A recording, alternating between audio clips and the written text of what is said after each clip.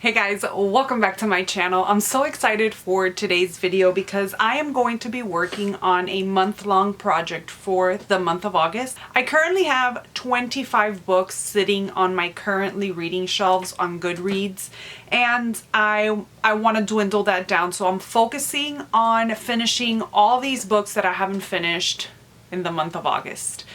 There are books here that have been on my currently reading shelf for years. I'm talking maybe 3 years.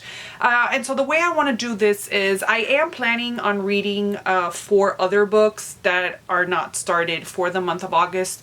So I'm going to be sprinkling those in between these books. Those are just books that are either part of the book clubs that I host, which is Horror in 24 and also Stacks of Strange. And then I have 2 NetGalley books that come out this month that I want to focus on as well. I'm sure there's more than 2 books that come out this month, but I have 2 set on my shelf. And I only had 4 books on my TBR for the month of August for this same reason, so that I can go ahead and focus on these books that have just been laughing at me, glaring at me. I'm hoping to read them all, honestly. Remember, yes, these are 25 books, but 90% of these are past the halfway mark as far as where I'm at reading them. So I think it's doable. What I'm not hoping to get this down to 0. I'm hoping to get it down to at least 4 or 5 currently reading. The first book that I am going to be focusing on is the book that has been on my currently reading shelf the longest. I added this book June 2nd of 2019. Here we are, August 2nd, 2021. It's been on my shelves 3 years, and I think it's time to finish, and that is Children of Night by Dan Simmons. I am currently 110 pages in, so this is what I have read. This is what I need to read. My friend Keely is gonna be ecstatic when she finds out that I'm finally finishing this. This was a group read 3 summers ago. Ashley does these horror read-alongs for the 3 months of summer, and this was it. This was our first horror summer read 3 years ago. And so my friend Keely finished it, and everybody else I think DNF'd it if I'm not mistaken, but she loved it and I was really enjoying it. So I don't know what happened, but I'm gonna be focusing on this one. This is the book that we are going to be reading first. Let's jump into a little update because I have added another book from the titles that have been on my list for 3 years. So you guys know I already started with Children of the Night. I was reading a little bit yesterday, and I think I got about 50 pages read of that. And I'm surprised at how much I can remember of this. I did not start again. What I did is I went 1 chapter back. So I think I was on chapter 16 when I went back into the book, and I just went back 1 chapter because I remember when I stopped this book, it was in the middle of a really big action scene where we see almost the kidnapping of the son. So in a nutshell, what we're dealing here with is a child that is sick, a little baby that is sick. This scientist or doctor finds him and adopts him. You know that she had marital issues with her ex-husband, and I think if I can remember correctly, their issue is that she wants a baby and he didn't. I don't know if there was some sort of miscarriage or something, but I know having a baby is a really big issue, and so now they're divorced and she adopted this kid from another country. You know that he's sick, but you can't figure out what it is, and they're just she's just figuring out that with blood transfusions her son gets well and quickly. So they're trying to figure out that mystery. She has a whole clinic going on where she's doing research, and she's using her son with this lab place or whatever. And you know that they're going to the next level with the research. So one night this kid is almost being kidnapped by this strange man, and yeah, that's what's happening right now. Like I said, I went back 1 chapter sort of to refresh that action scene that we had, and then we're going to the next. Now, I will say that this has a lot of medical terms in it, like blood terms and all of that, so it could be a little boggling sometimes reading all of these.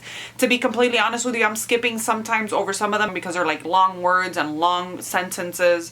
So that's what's going on with this. And then last night, you guys know that I like to keep an audiobook, And if you don't know, I like to keep an audiobook and a physical book going on at all times.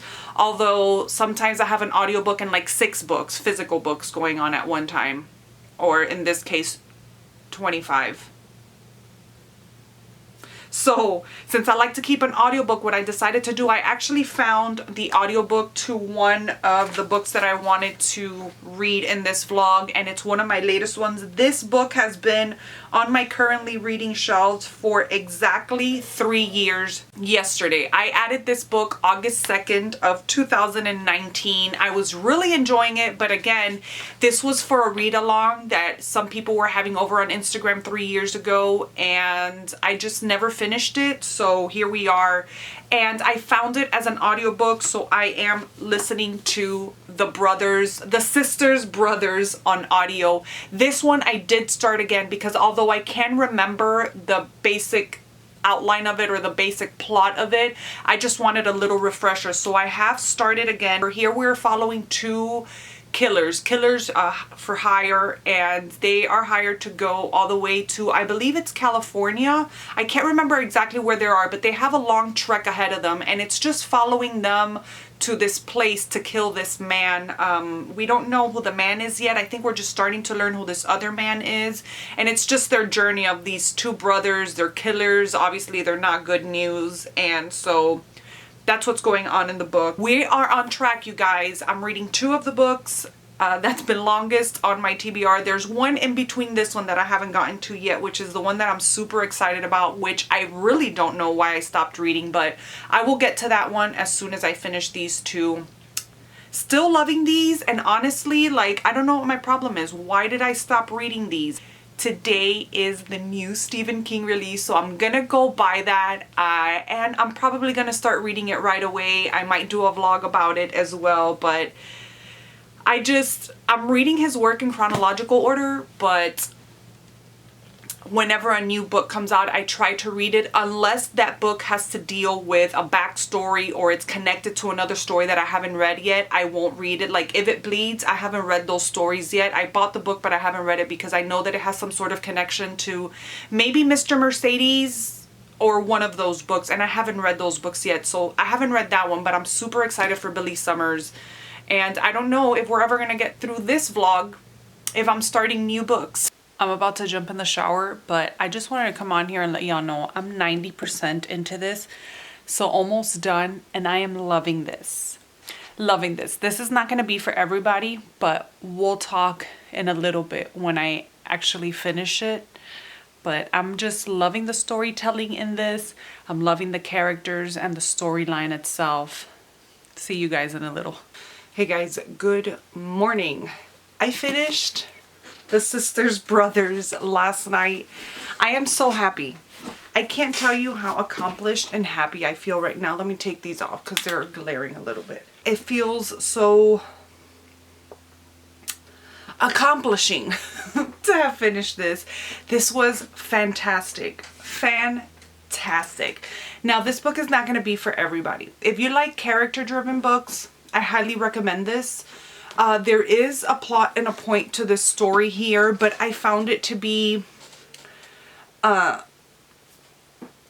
just whatever. It wasn't the highlight for me. This could have just been these 2 brothers on this trip the whole entire time with no point, and I would have loved it so much. And here you're following the brothers, sisters. They are hired assassins. This takes place in 1851 in Oregon City. That's where we open. That's where these brothers are at Oregon City, 1851, and they're trying to make it to Sacramento. And they are hired to kill this man, Herman Kermit Warm. It's always so hard for me to remember that name. And again, this is the whole point of the book, is that they're going to kill this man in Sacramento, and it's just their journey while they're getting there. It's just following Eli and Charlie. We are seeing everything from the perspective of Eli, and he is the kinder brother, the softer brother. They're both killers though. You know, this is a Western story.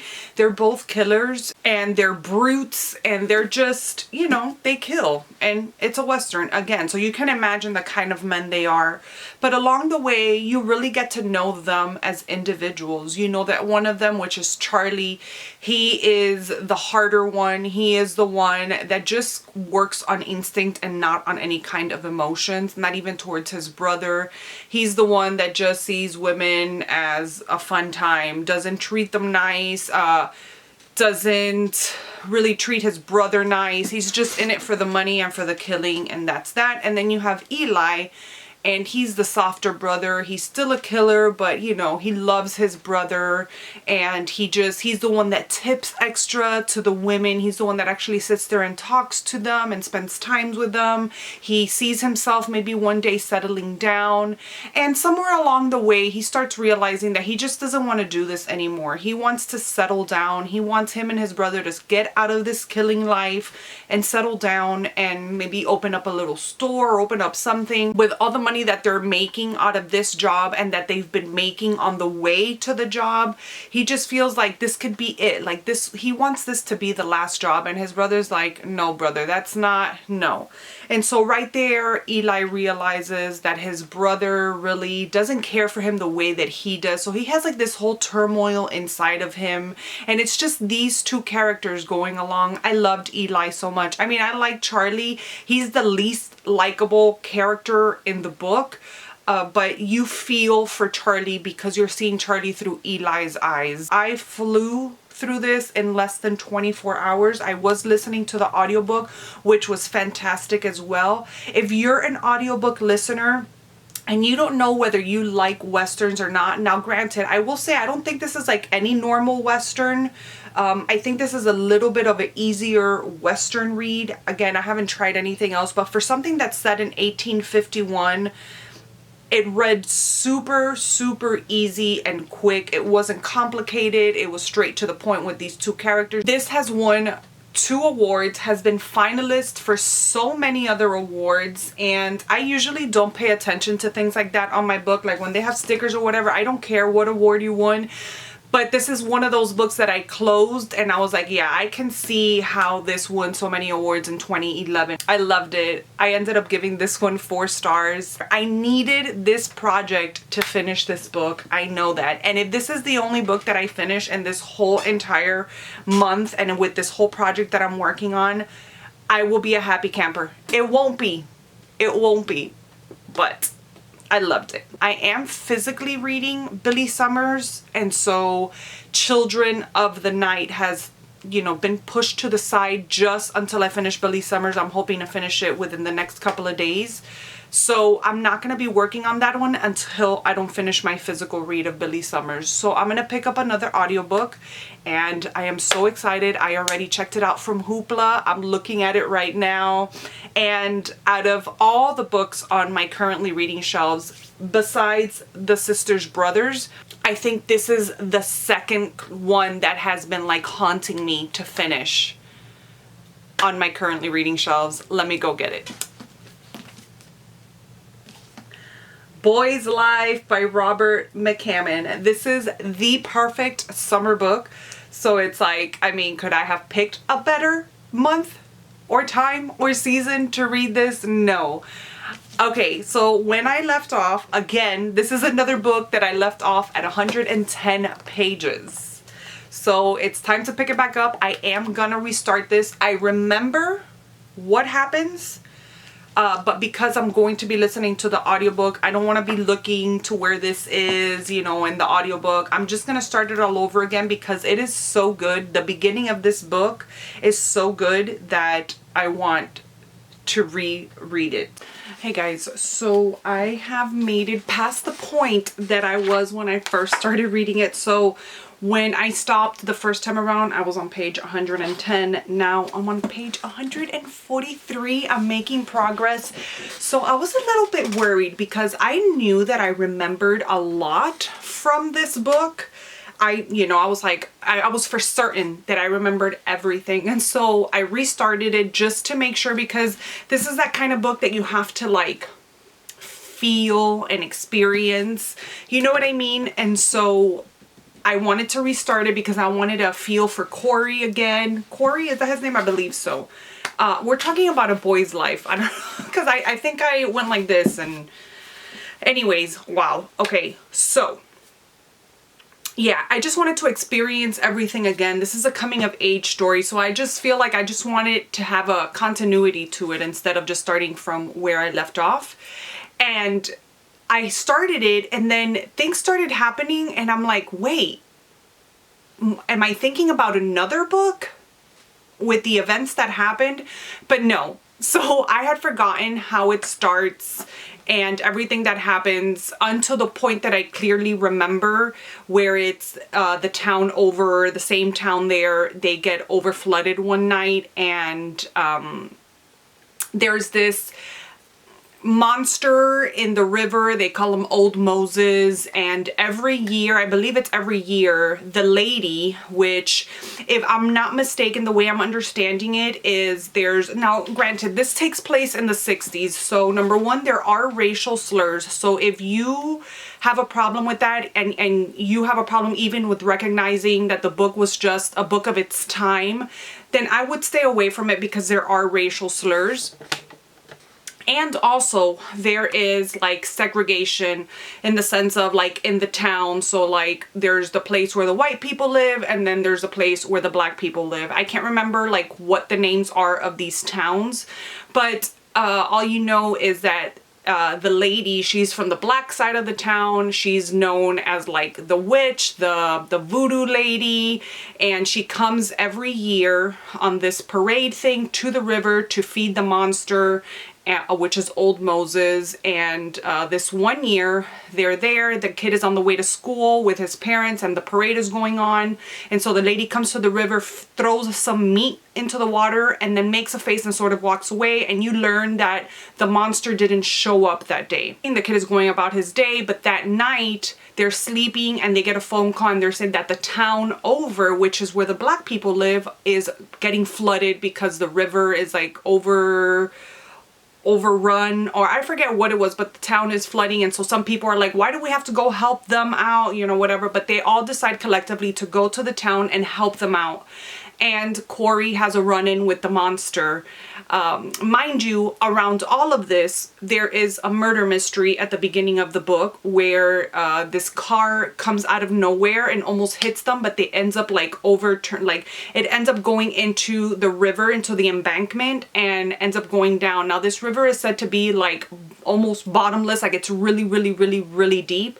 And the father's like, oh my gosh, if this car just makes it down. So he jumps in the water trying to save the person, but the person that is in the car is already dead and handcuffed to the wheel. And so there's this whole mystery, and the guy has like a tattoo and all this stuff. And so there's that going on at the same time as we're dealing with this monster in the river. Corey has a run-in with this monster. There's a little dog scene that, you know, tore me to pieces. Now, I don't have a problem reading books that have like animal deaths, as long as an animal death is like just part of nature, you know, like another animal eats another animal. I don't like seeing it on TV, like, you know, the cycle of life, how animals feed and stuff. I don't want to see it, but if I read it, it's okay. What I can't read about is cruelty, like people cruelty to animals. So there's a little dog scene that ripped my heart in two, but it wasn't so bad because it's not cruelty, it's just the cycle of life. And so there's a little scene like that. But what happens is that when they are in this house, when Corey comes up to or encounters the monster, they are in this house because somebody needs help there, and the mom grabs Corey and is like, let's go help. So they go and they're trying to help, and Corey's mom is like, stay right here, don't move from here while the house is being flooded. Stay right here, we're gonna help this man. This man is old, he can't walk. We're gonna help this man leave, like get out of this situation, because he's you know, the house is being overrun with water. Am I making sense? Blah, blah, blah, blah. So he stays there, and there's a little boy there, which is the old man that they're helping. It's his grandson, and the grandson can't swim, and Corey's like, oh my gosh. But what happens is that this monster comes into the house, and this little boy can't swim, and Corey's like, oh my gosh, what are we gonna do? We gotta get away from this monster. long story short, or longer story long, Corey saves this little boy. Because of this, he gets an invitation to the lady's house. Him and his mom, his whole family gets an invitation to the lady's house. The mom and Corey end up going and end up meeting the lady. And because he saved this little boy's life, they're related somehow, the lady and this little boy. He ends up getting like a bicycle because his bicycle broke. And the lady says, you know what, at the beginning, ride it easy because it needs to get to know you. And so I'm like, oh my gosh, does the bike have magical powers? So I don't know. I haven't gotten there yet. This is not a spoiler, that part of the bike. All I know is that he has a bike. But I don't know, it almost seems like with that sentence, you almost get the idea that the bike is like magic or something, you know. I love one of the quotes in here. I'm going to read it to you guys because I just find it amazing. When we start off the story, we start off with Corey as an adult. And he's telling us that he's going to tell us this story. And he says how he believes in magic. And I just found that like to be the best thing ever. So I'm going to read it to you. When I was 12 years old, the world was my magic lantern, and by its green spirit glow, I saw the past, the present, and into the future. You probably did too, you just don't recall it. See, this is my opinion. We all start out knowing magic. We are born with whirlwinds, forest fires, and comets inside us. We are born able to sing to birds and read the clouds and see our destiny in grains of sand. But then we get the magic educated right out of our souls. We get it churched out, spanked out, washed out, and combed out. We get put on the straight and narrow and told to be responsible, told to act our age, told to grow up, for God's sake. And you know why we're told that? Because the people doing the telling were afraid of our wildness and youth, and because the magic we knew made them ashamed and sad of what they'd allowed to wither in themselves.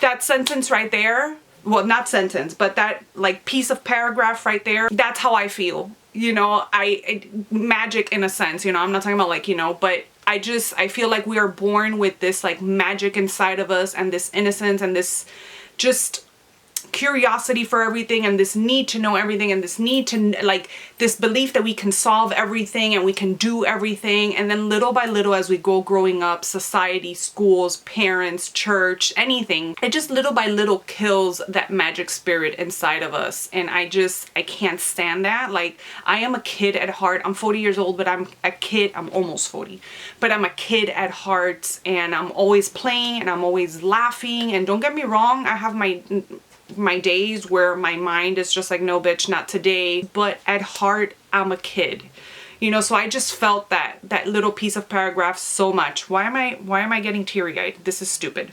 But yeah, so 143, I'm 33 pages ahead of where I was last time. I'm gonna continue listening to this, but I'm loving it. It's a slow burn coming of age, perfect for summer, and I'm enjoying it all over again. Hey guys, I know I look like shit, but it's a couple days later. I haven't been able to pick up this book for a couple days.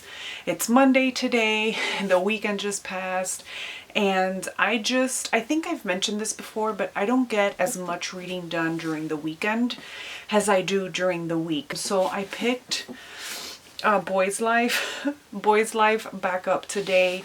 I am currently 259 pages in. So this far along, and I have just got into chapter 5, and the chapter name is case number 3432. Content warning for like dog death. It's not like in a cruel way, it's not animal cruelty, but there is a dog death here that had me just sobbing on the couch. Oh my gosh, it is a very graphic scene with Corey's dog.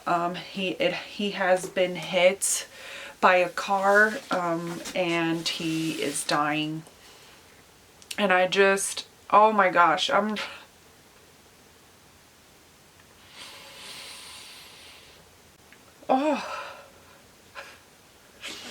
it is like very descriptive, and I just, one of my biggest fears is my dogs getting loose and like, I don't know.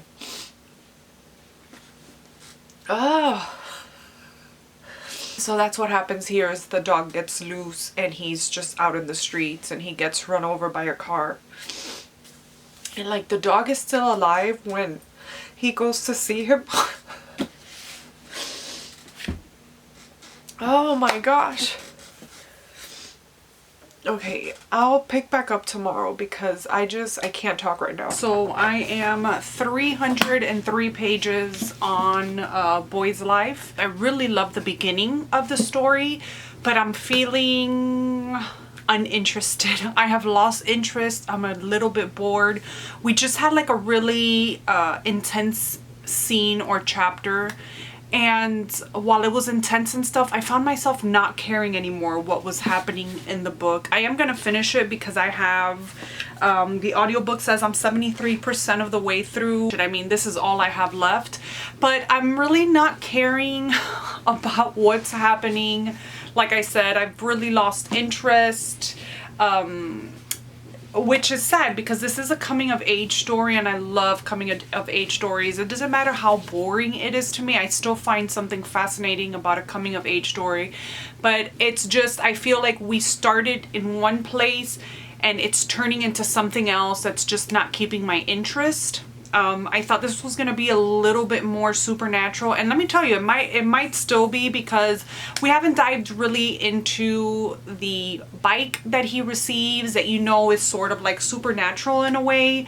We haven't touched on that yet, and like I said, I mean, there's probably still 100+ pages left in the book. Yeah, I still have about 120 pages, so there still can be some development, but right now at the 300 page mark, I am super duper bored. I really like our main character, Corey, which is the guy that's telling us the story of what happened. I really like his story. I mean, you guys saw me the other night. I was crying so hard. I mean, I couldn't even talk with the scene, and I haven't looked over the clip of what I talked about, so I'll pick up on that later. But that dog scene really got to me, and I think I was trying to say in that clip, like, that's one of my biggest fears is my dog's getting loose, or like there's like a hole on the fence or something and just getting loose accidentally. That is like one of my biggest fears, and I put myself in his place, and oh my gosh, I can't even think about that. And so that really got to me, but I feel like after that chapter, I feel like I start losing interest after that.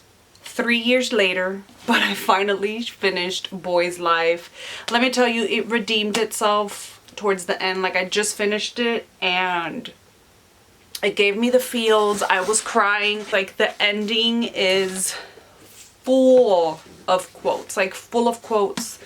And I was just like tabbing and tabbing and tabbing. I love books that give you like, okay, I'm gonna start crying. I love books that, what is wrong with me? I must be hormonal. I love books that make you feel the nostalgia of going back to see the town where you grew up. Okay.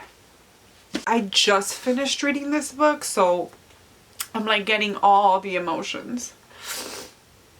Oh my gosh. I was sitting at a 3 stars with this, but I think I'm gonna give it 4 stars because it was just a little portion where I feel like the story sort of derailed a little bit and it got a little bit boring. I mean, it all works together, if that makes sense. Like, it all does work together and I see why it's there, but we do derail a little bit from the actual story. But I'm glad that it got back on track and I just loved it. It gave me all the feels and I'm just so happy that I finally finished this book. I'm done with Boy's Life. I think I'm gonna go with Thin Ice.